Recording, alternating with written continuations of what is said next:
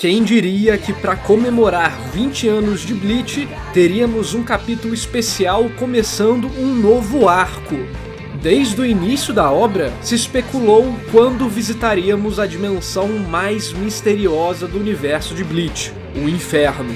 Porém, essa espera acabou, e nesse vídeo vamos ter uma análise completa do capítulo especial, tanto da narrativa quanto do mundo, e também vamos discutir várias teorias.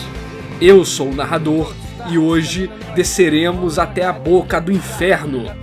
Esse vídeo analisará o capítulo especial de Bleach que foi lançado no início do mês de agosto de 2021, para comemorar os 20 anos da série. Vamos lá!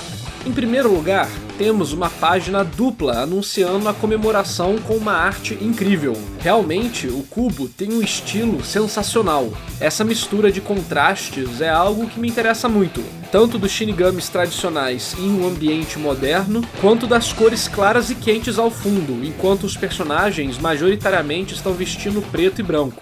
O capítulo em si abre de uma maneira bem estranha. Alguém, que assumimos ser o filho do Ichigo, relata que tinha 2 peixinhos dourados, e quando um morreu, ele ficou preocupado do outro se sentir sozinho. Depois de um período de aparente sofrimento, o peixinho que sobreviveu começou a crescer, e se tornou ainda mais saudável. Kazui termina dizendo: "Ah, eu estou feliz. Foi uma coisa boa que o outro peixe morreu." Enquanto vemos esse monólogo, observamos umas imagens estranhas. Quando lia, não consegui identificar o que era, mas relendo depois de ver o final, tive um estalo. Esses são os Will-O-Wisp do Inferno, ou alguma referência a eles. É meio difícil de ver, parecem bolhas na água, ou alguma coisa do tipo. Mas quando juntamos esse tema da morte do peixe com a bolha na água, é a aposta mais provável. Como falei, é um início estranho. Por ser uma série já grande, não é necessário chamar tanta sua atenção logo de cara, visto que você já está investido nela. Mas chamar a atenção não necessariamente envolve ação. Mistérios ou coisas bizarras também podem fazer isso. E aqui temos um início enigmático, que provavelmente vai se pagar no futuro. O Kubo sempre gostou de fazer poesias, direta ou indiretamente. Podemos ver isso nas poesias que tem no início de cada volume, como por exemplo essa que eu gosto muito. Em verdade, para nós, não existe destino. Somente aqueles que, embebidos em medo e ignorância, perdem o passo e caem no rio lamacento que chamam de destino. Isso tá na abertura do volume 6 do mangá. Outras poesias mais abstratas podem ser encontradas na morte do Kyoha, quando ele percebe o que é um coração, e por aí vai. Aqui, creio que tenhamos algo poético também. O peixe sofre com a tragédia de ter perdido seu companheiro, mas supera isso e fica mais forte. Bleach comenta sobre algumas perdas, alguns comentários mais bem feitos, outros menos. A perda da mãe do Ichigo, a perda do Yamamoto e vários outros capitães. Todos esses momentos levaram os personagens a sofrer, mas também a se tornarem mais fortes. Fora que vida e morte é literalmente o tema do mangá. Outra interpretação que talvez possamos fazer é que agora o peixe que sobrou recebe todo o alimento e por isso cresceu mais. Porém, a menos que tenhamos mais elementos referenciando isso, essa não seria a minha aposta. Considero essa possibilidade pela reação do Kazui, dizendo que foi uma coisa boa o outro morrer. Isso é bem creepy, sabe aquela inocência assustadora? Tipo, não entende o sofrimento porque é culpa da própria pessoa ser fraca? Falo essas coisas pela sequência de acontecimentos envolvendo o personagem, que parece ser super direto, quebrando promessas porque fez outra promessa primeiro e levando as almas a um santuário. Até aí, tudo ok, mas ele abre um portal. Inicialmente eu achei que era uma garganta, mas olhando bem, a garganta não tem dentes, ela só é um rasgo na realidade. Também saíram umas borboletas do inferno de lá. Estranhei, mas não pensei muito sobre isso na hora. Afinal, a página logo corta para Soul Society, e as borboletas são usadas por Shinigamis. Achei estranho, mas aceitei. Vai que é uma maneira diferenciada de ir para Soul Society. Só que aqueles olhos que apareceram me chamaram a atenção. Guarde eles aí na sua memória. Essa primeira parte do capítulo serviu para algumas coisas. Apresentou o Kazui, mostrou onde alguns personagens estavam e introduziu alguns conceitos que serão utilizados no arco. Então, as próximas páginas desenvolvem a trama do capítulo, mostrando a Ichika e vários outros personagens antigos, além de algumas novas faces. As apresentações deles já são feitas dentro de um contexto do plot principal do arco, que é o ritual funerário. Dependendo da importância deles para a história em geral, temos destaques diferenciados, rolando aquelas conversas de sempre para deixar o leitor inteirado no que está acontecendo. Aqui também temos a apresentação de um novo tenente, rodeado de animais. Isso é um leve foreshadow para o poder dele, que se manifestou como várias aves, um toque legal.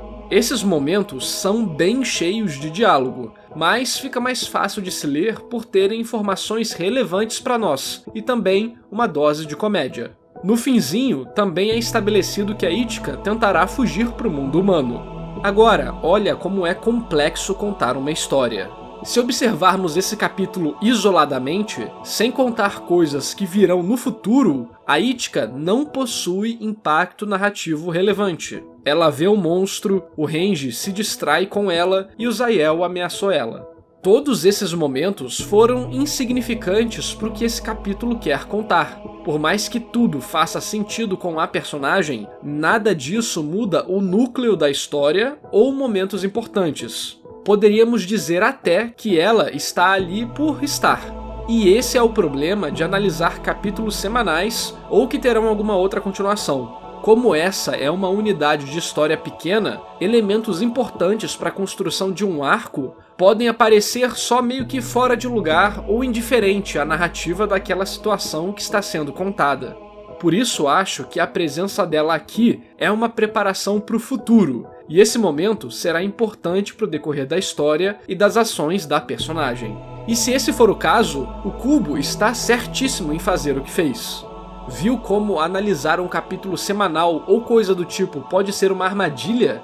Quanto menor a unidade de história, mais difícil será de fazer uma análise interessante, na minha opinião. Por isso evito fazer essas coisas. Enfim, o desenvolvimento da trama continua até o monstro do inferno aparecer, e a maneira que ele aparece marca bem a parte da reviravolta.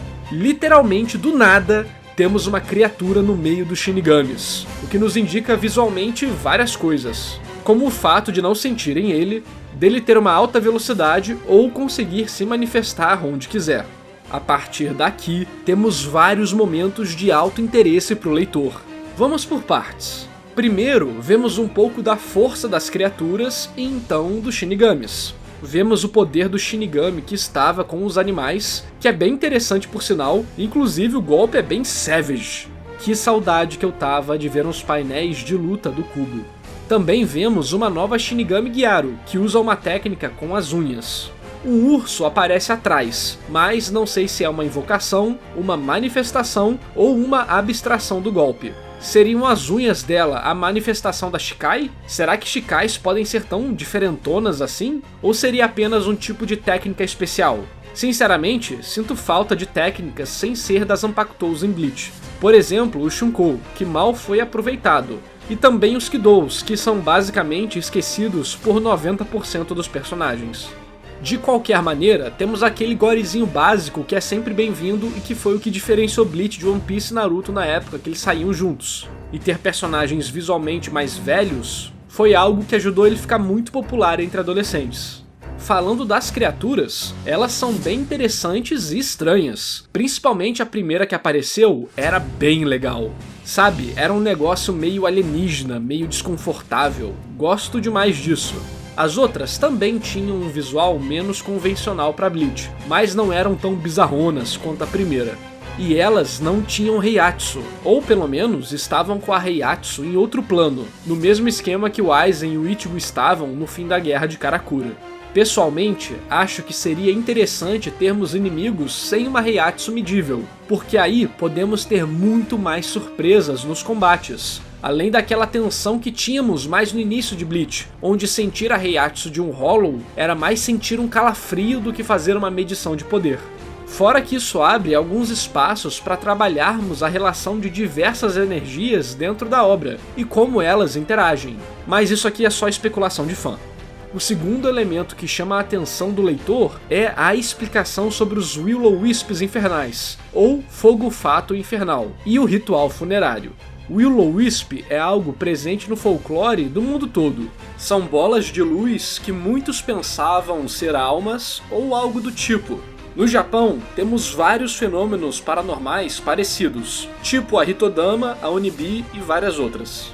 Fazendo uma pesquisa rápida, achei um subtipo de Onibi chamado Inka, ou Fogo Sombrio, que aparece junto de fantasmas ou yokais. A cor desse Will-O-Wisp de Bleach é escuro, e ele se manifestou quando monstros conseguiram sair do inferno, devido à falta de balanço entre as dimensões. Será que essa foi a referência? E qual será que é o nome original desse elemento no texto japonês? Agora eu fiquei curioso.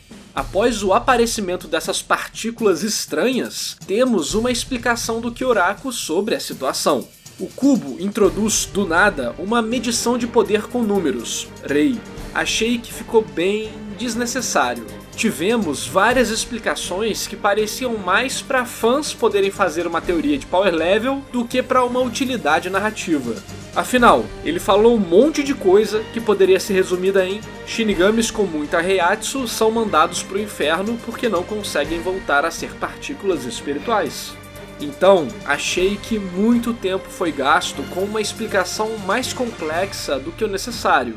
Porém, as demais informações sobre os costumes da Soul Society e a superstição por trás do ritual são válidas. Foi um novo elemento introduzido na trama, mas faz sentido. Desde a formação da Soul Society e a Grande Guerra Quincy, poucos capitães morreram em batalha. Talvez tivemos mais Kenpachis mortos do que os demais capitães. O Range deixa claro que esse é um ritual que acontece 12 anos após a morte de um capitão em batalha. Ou seja, existe uma diferença entre a morte repentina e a morte natural de uma alma, como uma doença ou velhice.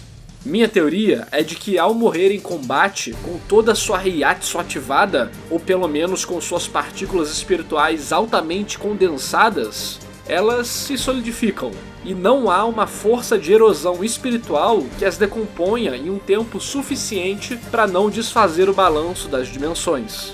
Já um processo de envelhecimento natural poderia ir decompondo as partículas espirituais e as mandar de volta para a Soul Society em um ritmo natural. De qualquer maneira, isso são apenas teorias, porque, pelo que me lembro, não tem nenhuma explicação sobre o envelhecimento das almas na obra. Se eu esqueci de algo, deixa aí nos comentários. E outra coisa muito importante de se lembrar também é de dar like no vídeo e se inscrever no canal. Toda semana temos análises técnicas de animes, mangás e jogos que você só encontra aqui. Então se inscreve aí para não perder mais nenhuma análise de Bleach. Com o anime voltando, eu vou fazer a análise dos Fullbringers e do arco final. Então não dá bobeira. Voltando a falar dessa nova regra que foi adicionada, por mais que ela tenha sido apresentada meio do nada, além de ter espaço para fazer sentido dentro do mundo, ela também não é ruim narrativamente. O motivo é simples. Ela adiciona uma enorme camada de problemas para os personagens, o que com certeza vai gerar muitas situações interessantes. Claro que ela poderia ter tido uma apresentação muito mais interessante e trabalhada. Sabe, se isso é ensinado na Academia Shinigami como o Kyoraku falou, como o Range só ouviu falar disso recentemente. Talvez na escola ele não prestou atenção, mas aí é a gente criando desculpa pra obra, entende? E por que eles avisam o Ichigo tão em cima da hora? Se esse é um ritual importante, imagino que essa informação já deveria estar correndo na Soul Society. Esses detalhezinhos me incomodam um pouco, sabe? É um novo elemento muito importante que está sendo apresentado, mas parece que ficou tudo condensado no capítulo e aconteceu da maneira mais conveniente para o roteiro. E isso nunca é bom. Só que assim, são questões de refinamento. A aplicação em si do conceito não tem nenhum problema. Por fim, temos mais um elemento que chama a atenção do leitor, que é a aparição do Zaziel. Zaziel, eu nunca sei pronunciar o nome desse cara. Eu acho que essa escolha do cubo foi peculiar. Ele já apareceu, bem entre aspas, em uma novel de Bleach, e ele é cheio dos mistérios. Será que ele conseguiu fugir por sua genialidade? Ou porque a sua Resurrection literalmente envolve reviver? Só o futuro dirá, mas acho que tem coisa aí. Aqui, ele completa a informação que foi nos dada anteriormente, e serve narrativamente como um arauto, aquele que traz uma informação e empurra os personagens para uma nova aventura. E que informação ele nos traz, hein? Vemos um novo design de criatura. Esses ghouls, onis, demônios, sei lá qual vai ser o nome oficial desses bichos. Só sei que são irados. O vazio deles é colocado para fora do corpo, se manifestando como um círculo, além dele ter umas partes do corpo que estão só no osso, cobertos por uma energia negra. E lembra do portal que o Kazui abriu? Então, o portal que o Zaiel abre é parecido e tem dentes. Para mim, isso basicamente confirma que o Kazui abriu um portal para o inferno. Aqui também vemos um funcionamento diferente das correntes do inferno e de outros elementos que foram apresentados no filme Hellverse. É mais ou menos aqui que temos o fim da reviravolta do capítulo. Agora, as pontas soltas começam a se fechar, meio que literalmente. Zaiel é empalado. De primeira, imaginamos ser um dos guardiões, mas quando passamos a página, é a espada do Ukitake. Isso levanta várias perguntas. Capitães que morrem se tornam guardiões do inferno? O que acontece com outros seres poderosos que vão pra lá? Existe uma guerra interna no inferno? Guardiões retêm algum nível de consciência? Por que a Heiatsu do Yuraba e do Aizen ajudavam a estabilizar os mundos? Meu chute é que esse ritual é feito para transformar os capitães em guardiões do inferno, visto que, para capitães poderosos morrerem, significa que inimigos terríveis também estão presentes e provavelmente foram mandados para o inferno. E para evitar um colapso nas dimensões, eles ganham essa autoridade de guardião. Pessoalmente, acharia bem legal se eles não possuíssem 100% da consciência. Mas espera, vamos pensar direito. Se um Shinigami poderoso tem que ser mandado ao inferno e possivelmente continuar sendo um agente da lei, entre aspas, por assim dizer, o que aconteceria se mandássemos Shinigamis ruins? O Zaiel já mostrou pra gente que existem facções diferentes lá dentro. Então, se um Aizen da vida fosse pra lá, é capaz dele dar mais problema do que quando estava vivo. Como eles resolveriam essa situação? A resposta tá no arco da Soul Society. A Sokyoku, a lança usada na execução da Rukia. É dito que ela vaporiza a alma da vítima e só é usada para executar Shinigamis que quebraram a lei. Alguns, como Aizen, estão tipo no nível de Deus, mas outros Shinigamis incrivelmente poderosos podem ser executados com esse método, o que evitaria que fossem enviados para o inferno e causassem problemas. Meus amigos, a supremacia do world building de Bleach já é uma realidade. Também tem um questionamento aqui. A conversa do Zaiel e do Kyoraku parecem se complementar perfeitamente. Mas será que é isso mesmo? Acho que tem espaço para termos umas reviravoltas aí. O Zaiel com certeza vai tentar manipular a informação e deixar ela o pior possível para abalar os Shinigamis. Então, acho que a verdade vai ser mais ou menos isso que ambos falaram, mas com algumas informações que o leitor não pegou ainda, visto que o diálogo foi cortado na hora da revelação. Se você parar pra perceber também, a espada tá gigante, o que me lembra muito o Guardião do Inferno que aparece na primeira temporada. As teorias estão ficando cada vez mais sólidas, hein? Continuando, o capítulo se encerra com o ritual do Ukitake sendo finalizado, visto que a insígnia de Shinigami substituto era algo que monitorava o Ichigo, ou seja, toda a variação de Heiatsu, os acontecimentos de agora, essas criaturas novas, tudo foi enviado diretamente para o espírito do Ukitake, completando o ritual. Com isso, podemos deduzir que esse ritual não é só uma formalidade, e possui um efeito prático, de fato. Jogando mais uma teoria aqui, eu acho que a morte dos Hollows fazem com que as partículas espirituais viajem entre os planos, e de alguma forma façam um caminho que permita o Urei condensado ir para outro plano. Talvez a morte de Hollows que não podem ser purificados abram um caminho para o inferno, e as borboletas do inferno podem transportar o corpo do Shinigami morto. Ou eles servem como algum tipo de combustível espiritual / sacrifício para alguma entidade, tipo o protetor do Dangai, que é aquele trem que come tudo. E provavelmente o Dangai passa pelo inferno, se a gente observar mais ou menos a estrutura ali, é bem bizarro. E até precisamos das borboletas infernais para atravessar por esse lugar. Mas bem, mudando um pouco de assunto, como eu sempre falo, uma obra precisa se sustentar nela mesma. Nada nela pode depender de acontecimentos de outras mídias diferentes, como filmes, livros, etc., mesmo que eles sejam canon. O filme já sabemos que não é canon, visto que o Kubo meio que brigou com a produção, que tinha falado que amou o roteiro que ele fez, mas só no final do processo de produção do filme avisaram que tinham mudado tudo. Então, é melhor a gente esquecer tudo que a gente sabe sobre o inferno. Já os elementos das últimas novels são canon, principalmente a Can't Fear Your Own World. Mas até o momento, nada foi necessário para o entendimento do capítulo/arco, então sem problemas por enquanto. O capítulo finaliza com o portão do inferno se fechando, e podemos ver um dos olhos do esqueleto que guarda o portão. E esses olhos são parecidos com aqueles que o Kazui invoca. Lembra que eu disse para guardar isso na sua memória? Então, ele realmente deve ter uma conexão com o inferno. Fora que o Zaiel menciona a boca do inferno, e na última página temos a mandíbula do inferno. E o portal do Zaiel e do Kazui tinham dentes. Então, pra mim, tá confirmado. Bem, na última página mesmo, vemos o Kazui seguindo uma borboleta infernal, sem o espírito e com o Kon no seu ombro. E acaba. Agora vamos a algumas considerações importantes. Lendo o capítulo e percebendo o foco no Ukitake, lembrei que a Zanpakutou dele tinha algo a ver com peixes. E eu tava certo, Sogyo no Kutowari. Temos 4 traduções para esse nome, variando se é de fã oficial, inglês ou português. A verdade de Pisces, no caso o signo mesmo, então se referindo à dupla de peixes. A lei dos peixes gêmeos, fidelidade a peixes, o princípio dos peixes gêmeos. A partir daí eu comecei a pensar, e se aquela cena inicial é sobre o Ukitake, de alguma maneira fazendo uma referência a um possível sacrifício do seu ser para então se tornar mais forte como guardião do inferno? Afinal, o Ukitake se sacrifica para Soul Society não ser destruída. Também só vemos uma das espadas dele, naquele painel bem icônico. Será que ele agora tem só uma espada, ou isso tem algo a ver? Lembrando que o Ukitake selava o braço de Deus, então ele realmente não é alguém normal. Ou foi só uma poesia envolvendo ele?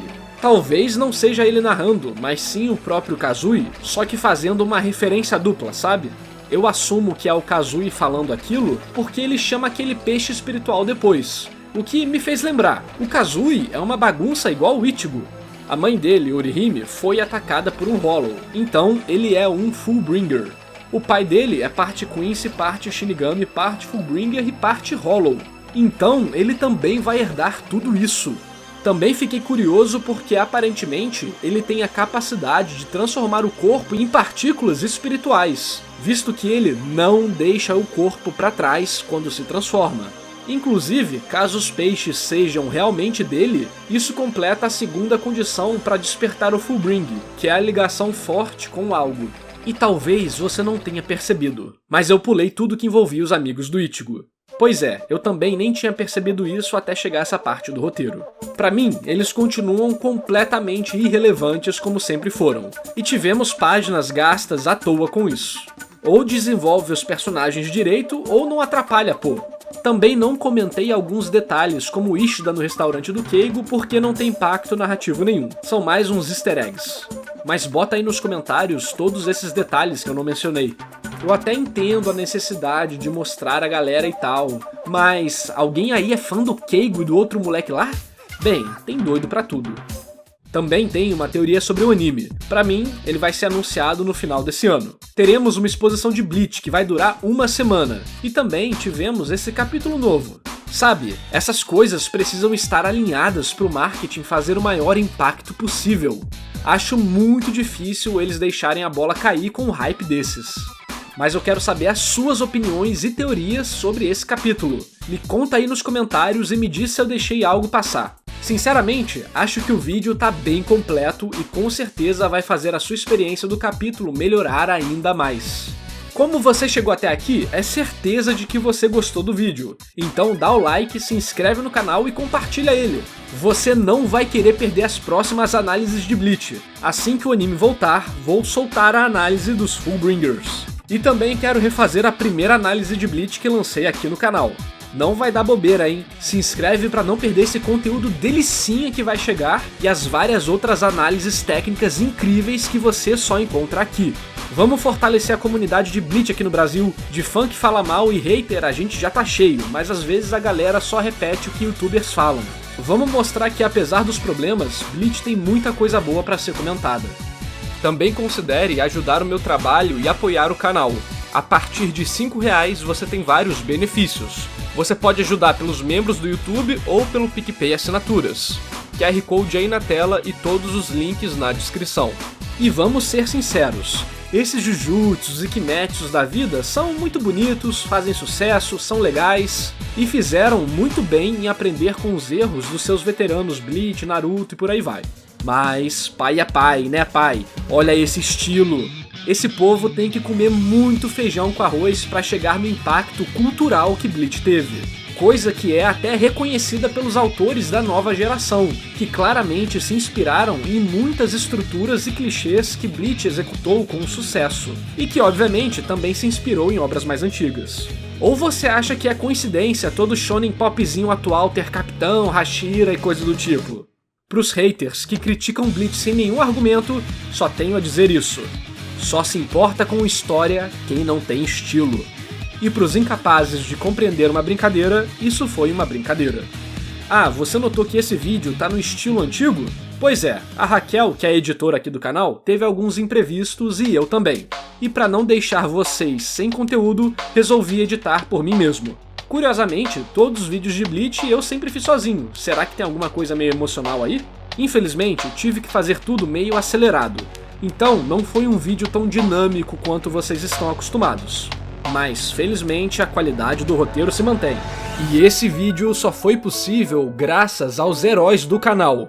Alzires Martins, André Luiz Melo, Igor Brito, Jack Bros, Leonardo de Brito Correia, Mafermed, Overhaul Engenharia de Manutenção, Pedro Henrique Matos Souza de Santana e Virgílio Missão. E também a todos que apoiam o meu trabalho. Obrigado por assistir e até o próximo vídeo!